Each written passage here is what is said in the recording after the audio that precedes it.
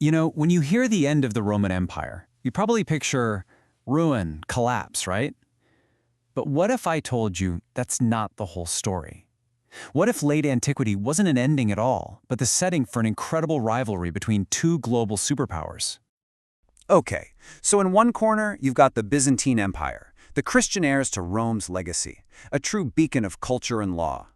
And on the other side, the Sasanian Empire of Persia, a Zoroastrian powerhouse with a military that, believe me, could go toe-to-toe with anyone. These two titans completely dominated the world stage. In this relationship, this rivalry, it really was the defining feature of the era. We're talking about a centuries-long tug-of-war for supremacy that shaped, well, pretty much everything in the East and West, whether they were at war or at peace.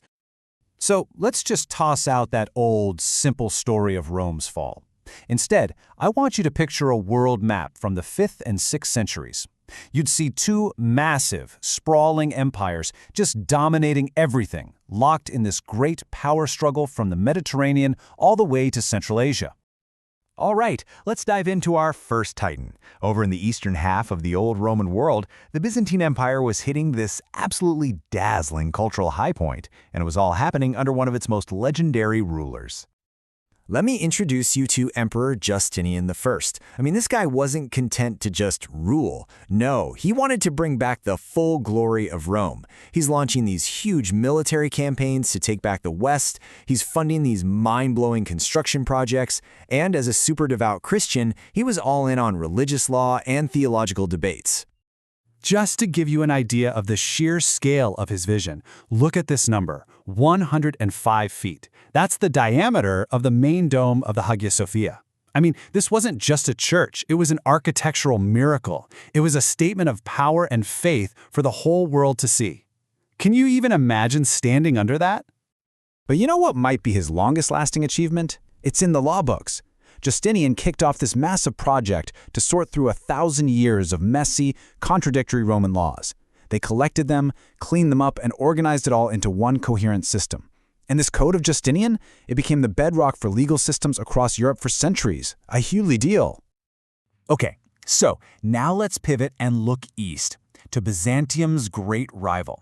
And listen, the Sasanian Empire wasn't just some local kingdom. This was a revived Persian superpower with deep roots and some serious muscle.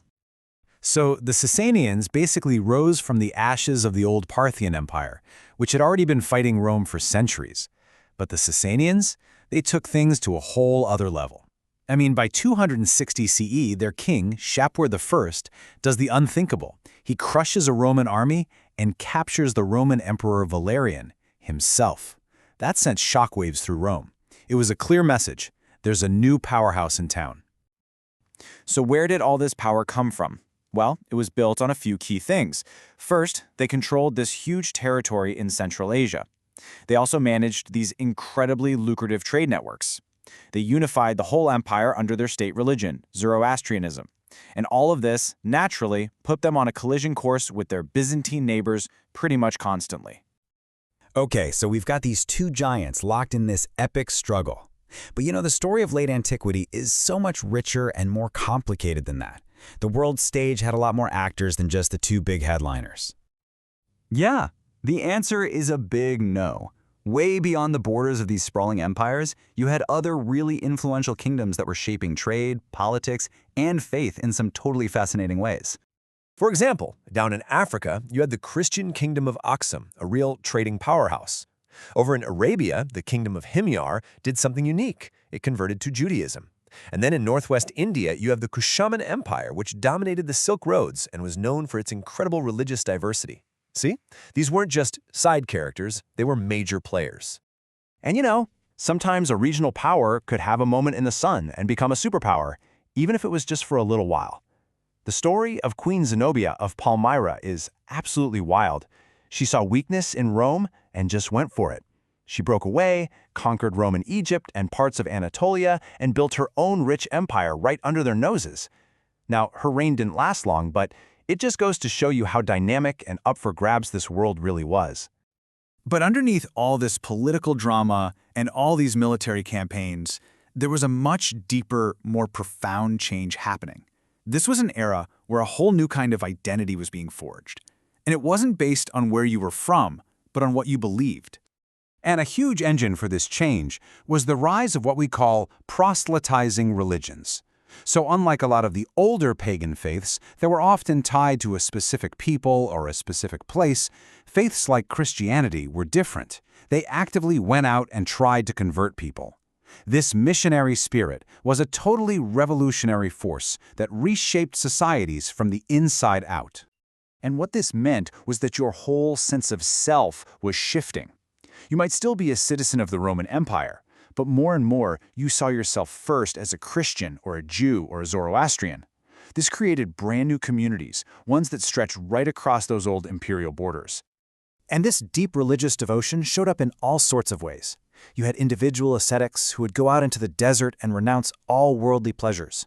You had the rise of monasteries, whole communities dedicated to this lifestyle. You had these incredibly intense, empire-wide debates about the very nature of God. And of course, kings and emperors started using faith to justify their wars and their politics. Religion wasn't just a personal thing anymore. It was deeply political. Which kind of leaves us with this one big question. The great empires of late antiquity, Byzantium and Persia, they would eventually fade and transform. But the religious identities that were forged in this era, Christianity, Judaism, and soon Islam, they wouldn't just endure. They would go on to define the world for thousands of years. So when empires clash and borders fall, what truly lasts? Is it political power or is it collective belief?